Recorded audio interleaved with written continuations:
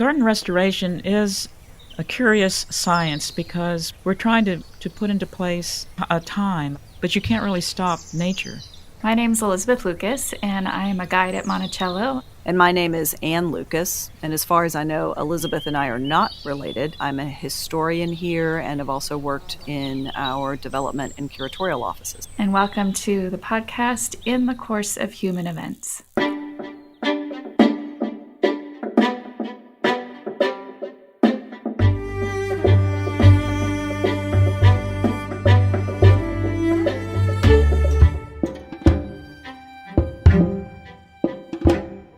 It's important to understand that the restoration of Monticello's gardens was a process, and it took years and had an incredible cast of characters.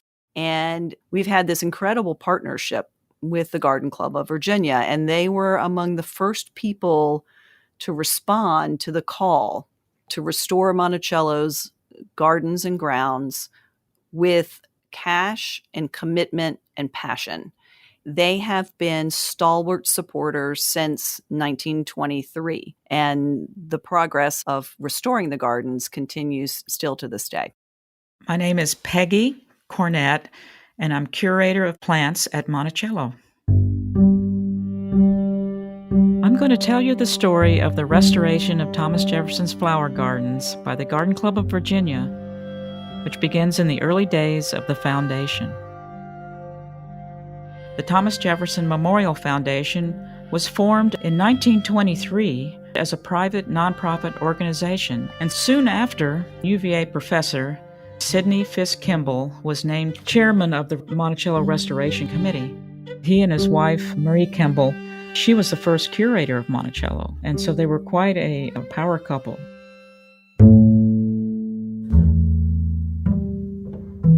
Fisk Kimball was an architectural historian who's credited with being the first scholar to really drill down on Jefferson as an architect. And when Kimball first publishes his folio, Thomas Jefferson Architect, in 1916, people still don't even believe that Jefferson designed the University of Virginia or Monticello. They'll attribute these to other architects. And the foundation was begun by primarily lawyers and politicians, not people with a decorative arts or architecture focus or interest necessarily. They wanted to preserve Monticello as a shrine to Jefferson, the politician, the visionary, not so much necessarily to Jefferson, the architect. So Kimball is the one who really elevates the conversation, and because of his background in architecture and in the drawings, Kimball sets a precedent for restoration at Monticello relying upon documentary evidence. So what I love about Fisk Kimball is he's an imposing and impressive presence. He can excite people to participate in the restoration of Monticello by showing them Jefferson's drawings and saying to them, look at this, don't you want to join with us in realizing Jefferson's vision? And so we see Kimball's leadership, not just in the gardens, but elsewhere at Monticello in the early restoration years. He's also aware of the fact that he's a Northerner, and he's smart about recognizing that Northerners and Southerners don't always do and see things in the same way. Here's where two important members of these garden club organizations come into the story.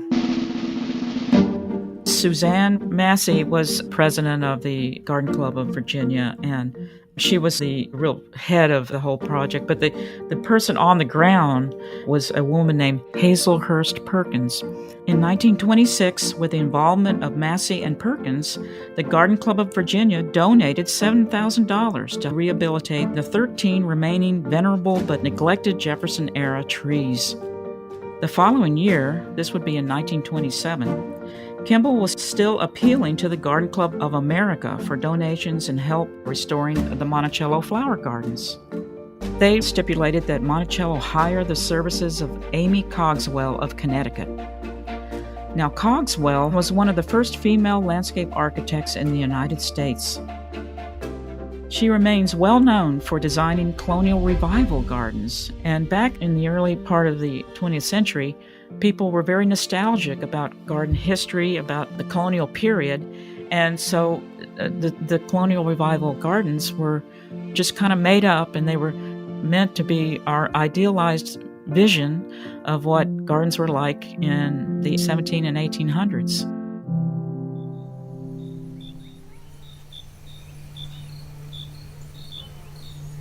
Kimball had wanted to carefully introduce Cogswell, writing to Massey and Perkins that he hoped they will find her a most delightful companion. But apparently they were not impressed with this Yankee garden designer. Upon her arrival, it is not fully clear what transpired, but she apparently began staking out flower beds on the lawn, referring to Jefferson's early 1770 drawings for the gardens, and she complained that trees and the existing conditions of the landscape were in the way of her design. The association ended with Cogswell withdrawing from the project, writing to Kimball that things in the South move much slower than they do up here. She wrote back 10 years after this whole fiasco, and she said, "Would not a Southern woman be more acceptable than a Yankee?"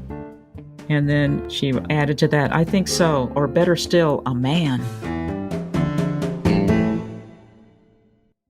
So Amy Cogswell was using an old, outdated design. The 1770 drawing is pretty sparse.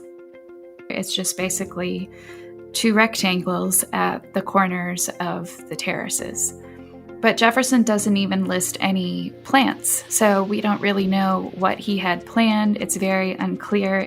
So I'm guessing that Amy Cogswell would have put in some of her own ideas for what would have been there. And this colonial revival design is quite different than what we have at Monticello today. They're just very linear gardens, and lots of angles, and very sort of deep, dense beds, and arbors with roses and things like that. And so she's probably very skilled in this type of design, but it sounds like there was some resistance here from the women at the Garden Club of Virginia, and perhaps sort of a clash of cultures as well. One of the things that strikes me about the early foundation that's hard for us maybe to wrap our brains around now is that the foundation was based not in Charlottesville, but in New York City. So there was already some sense of tension between the local community at times and these northern outsiders. So it can't be overstated that Kimball already is a northern outsider, and Hazelhurst Perkins and others who are local might also have been just responding to that impulse, that they were feeling cut out of the process or disconnected in some way.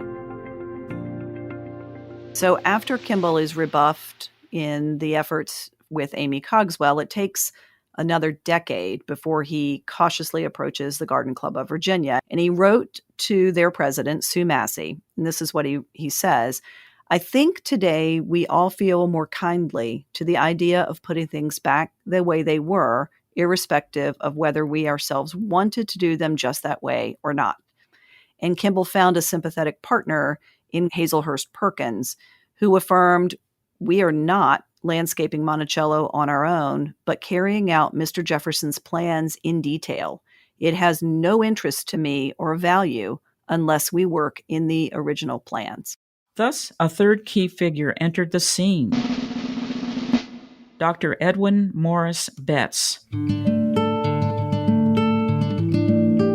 Edwin Betts was a professor of botany at the University of Virginia, and he collaborated with Hazelhurst Perkins. And Betts matters to us because of his work editing Jefferson's garden book. You can think of Betts as the Kimball equivalent. So if Kimball's elevating Jefferson's status as an architect, now we have Betts, who's doing the same for Jefferson as a gardener. Betts' botanical knowledge and his collaboration with Hazelhurst Perkins was a critical factor in the restoration of the flower gardens. He and Perkins would co-author Thomas Jefferson's Flower Gardens at Monticello, published in 1941, and he would go on to edit his landmark work, Thomas Jefferson's Garden Book. The 1944 publication of Bett's research, like many of his era, was incomplete and problematic. But if it were not for his scholarship, subsequent rigorous scholarship may never have occurred. Betts was the one who brought to light Jefferson's April 1807 sketches for the oval flower beds, which he discovered at the Pennsylvania Historical Society. In addition, the committee had in hand Jefferson's sketch for the winding walk and accompanying flower border around the west lawn, which had been drawn on the back of a letter to his granddaughter, Anne Carey Randolph. In his letter to her, dating from Washington on June 7, 1807, Jefferson wrote, "I find that the limited number of our flower beds will too much restrain the variety of flowers in which we might wish to indulge, and therefore I have resumed an idea of a winding walk surrounding the lawn before the house with a narrow border of flowers on each side. This would give us abundant room for a great variety." The following year, on February 16, 1808, Jefferson would again write to Anne Randolph from Washington, saying, "The first time I come home, I will lay out the projected flower borders round the level so that they shall be ready for the next fall. We shall then have room enough for everything." It is this 1808 planting of Jefferson's scheme for the winding walk and flower borders that informed the Garden Club's design for their restoration. There are no angles in the 1808 drawing. Everything is curving lines, oval beds, quite different from this 1770 drawing. And I think the 1808 drawing seems much more in keeping with Jefferson's idea of sort of working with the natural landscape. And, this is after he's taken his tour of England with Adams, and they've explored all of these various English gardens and farms and collected ideas to bring home. And so it seems like a much more complete vision of what he was looking for. So how did they decide to approach laying out the winding walk on the west lawn? Here, another figure enters briefly. Morley Jeffers Williams, a well-known archaeologist and landscape architect. Fisk Kimball actually encouraged archaeology. He's wise to the fact that a drawing might not always reflect what was executed, and he sets the standards that Monticello is known for and still relies upon today for restorations that have a basis in documentary evidence and physical evidence. Williams was interested in determining the locations of walks and flower beds. He therefore took level readings at intervals on a grid pattern and was able to determine that there was evidence of two sets of high points arranged in parallel curving lines around the outer edges of the lawn. When these were drawn on paper, it showed the winding walk outline similar to Jefferson's 1808 plan. So this was quite a revelation. According to Hazelhurst Perkins, Morley Williams determined depressions in the walk by shining headlights of his automobile across the west lawn. Perkins said that she herself confirmed the Williams experiment, and she wrote, "To make doubly sure of the contour, a car was driven up in the lawn at night with the lights turned on. The curves and width were even more distinctly visible. A gravel path was located, outlined by clumps of bulbs, including hyacinths and narcissus, coming up in the sod." It was sort of this detective work that they were doing because everything was pretty much destroyed. There had been crops planted back there, there had been cattle grazing there over time, so not much had survived. So they're working from Jefferson's drawing, but trying to determine where the winding walk was. And the story of someone driving their car up at night, parking it in just the right spot so the headlights would shine across the lawn and they could see this depression of the winding walk. And what I think was so exciting about it is that that walkway sort of lined up with the bulbs that had been popping up here and there on either side of it. So indicating that some of these plants, even 115 years after Jefferson's death, were still popping up.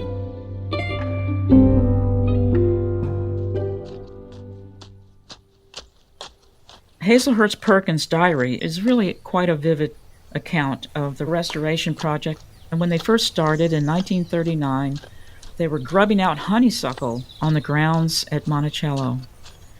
The honeysuckle, she said, had encroached upon the west lawn and had taken possession of an entire side of the east lawn. So apparently the ladies were out there working in the garden. And she talks about Jefferson's garden diary, where he writes about purple hyacinths coming into bloom and the purple flag and narcissus. And then she goes on to say in this report that she believed that the descendants of these same purple flags, hyacinths, and narcissus were found escaping down the mountainside. They were captured and are now happily growing and blooming in the beds. They did restore the gardens in a beautiful fashion, and they were quite proud of it when it was completed in 1941.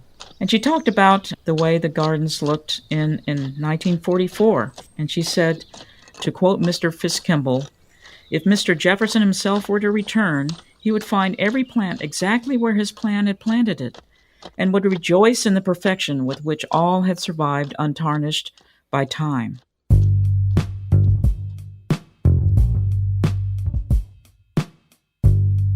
In 1954, Kimball writes to the president of the foundation, and this is what he says: "I think one of the great dangers at Monticello is that it might get Yankeefied. Jefferson, in his old age, was a poor man, and it would be a mistake to try to realize all the earlier ideas he had, to say nothing of how things might be improved, but never were." Yeah, I mean, on garden tours, I talk about how everything on the landscape looks a whole lot better than it did in Jefferson's time. Jefferson is experimenting with so many things that just are not suited to Virginia, and water was a huge problem on the mountaintop as well. So things are likely struggling, plants are likely struggling. On a setting stone at the side of the roundabout walk is a bronze plaque on which is inscribed, "The gardens of Thomas Jefferson were restored and presented to Monticello by the Garden Club of Virginia in 1940. The work is done. May it mellow through the years and be enjoyed by posterity." The Garden Club of Virginia has been a powerful force as far as preserving old gardens in the Commonwealth for almost 100 years. And I think what was important is that they didn't want to just put in a little revival garden. They wanted to try to somehow show what Jefferson had in mind, which was a very unusual garden with a winding walk around the leveled west lawn and oval flower beds adjacent to the house. We have made some changes. We tried to grow a few more accurate plant species than might have been planted by the women at that time. But in a sense, we still have their basic plan, and that's what people are enjoying today as they come to Monticello. What I really love about the design with these narrow beds lining the winding walk is it's almost like a botanic garden. So Jefferson was known for taking people on tours of his gardens, and it's part of the education that he thought was so important. So pointing out various plants to people, and the way it's designed with these shallow beds, you can really see each plant well. And what I think is great about the garden tour, there's always something new to show someone, depending on the season. And that was all part of Jefferson's plan as well, having 3 phases to the flower gardens.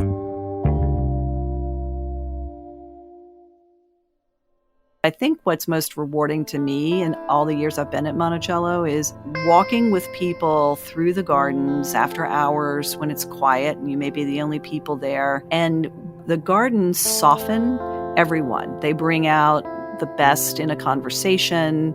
They reveal a side of someone that you might not have known. They can be nostalgic and invoke memories. And so it never fails to amaze me when you take someone on a walk through the gardens, that you'll come out knowing them a little bit better.